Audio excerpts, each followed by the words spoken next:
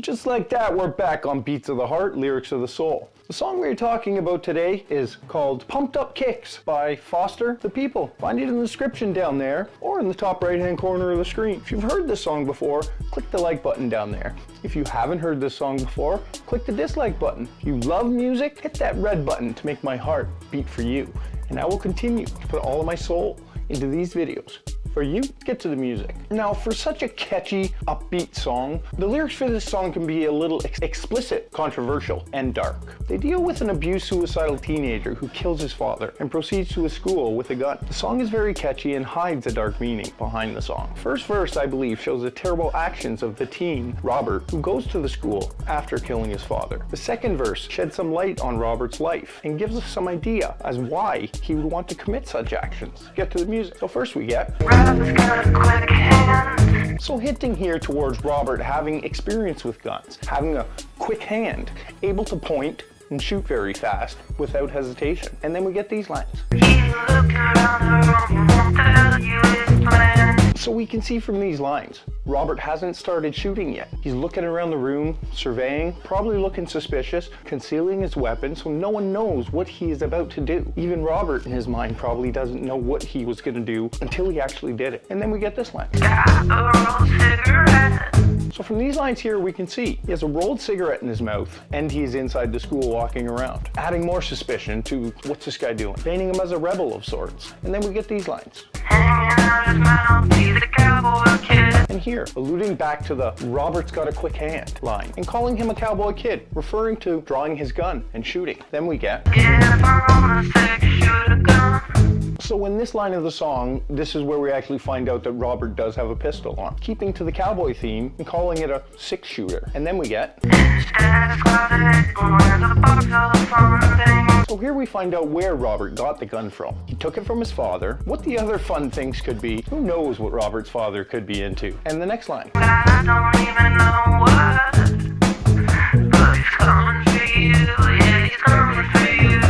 Now here, the first line, the I don't even know why part seems to be the thoughts going through the minds of the people at the school after Robert started shooting, not knowing how or why anyone could do what was happening. And the second line shows us Robert is not picking and choosing who he is killing. He is just randomly killing, just to kill. And then we get... This here is where the beat of the song picks up and becoming almost happy sounding and being the catchy part of the song. I believe it is expressing the emotions of Robert feeling great and getting his so-called revenge. And then... And here in the hook with the pumped up kicks, it's kind of referring to the cool kids, the richer kids, the kids that have more privileges than Robert did. And he was angry at them, probably because he was bullied by them too, just like his father. And he would go home, get bullied by his father, go to school, get bullied by everybody there. And it's very sad what happened, but it happened. And I don't believe it is a true story, but it is a true story because it has happened. And we can try to understand how this happens all we want when the minds are corrupted. And they're corrupted by not being uncorrupted.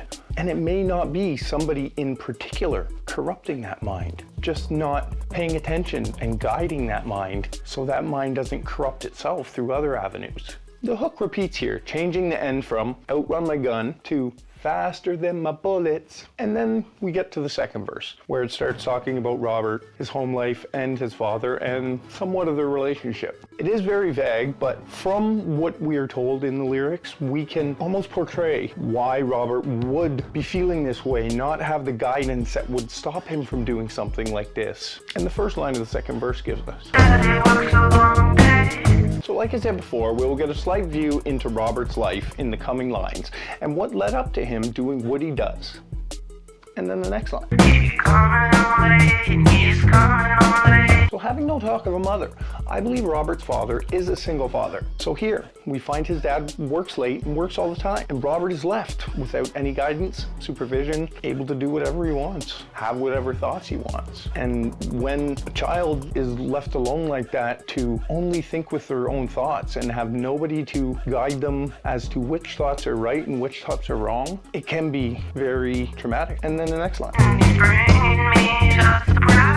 So we see here, Robert's father's coming home from work, and Robert says he's bringing me a surprise. The explanation of these lines will make a little more sense with the next line. So here's the next line. So here we get the dinner that is packed in ice is alcohol or beer. So from these two lines, where the surprise comes in, I believe is in Robert's mind, where he wishes and hopes each day that one day his father will change and not drink and not neglect Robert. But his father surprises him by not doing those things and never changing. And then the next line.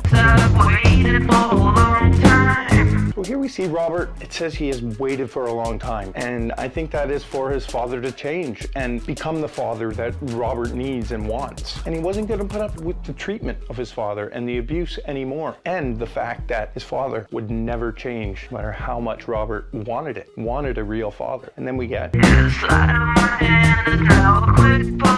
So we see here, Robert killed his father, took him by surprise with his sleight of hand. His father never saw the pistol until it was too late. And the next line. So these lines, they don't make much sense without the next line. And this is where it gets a little dark, and Robert does get his so-called revenge on his father after he is already dead. And to finish the song off.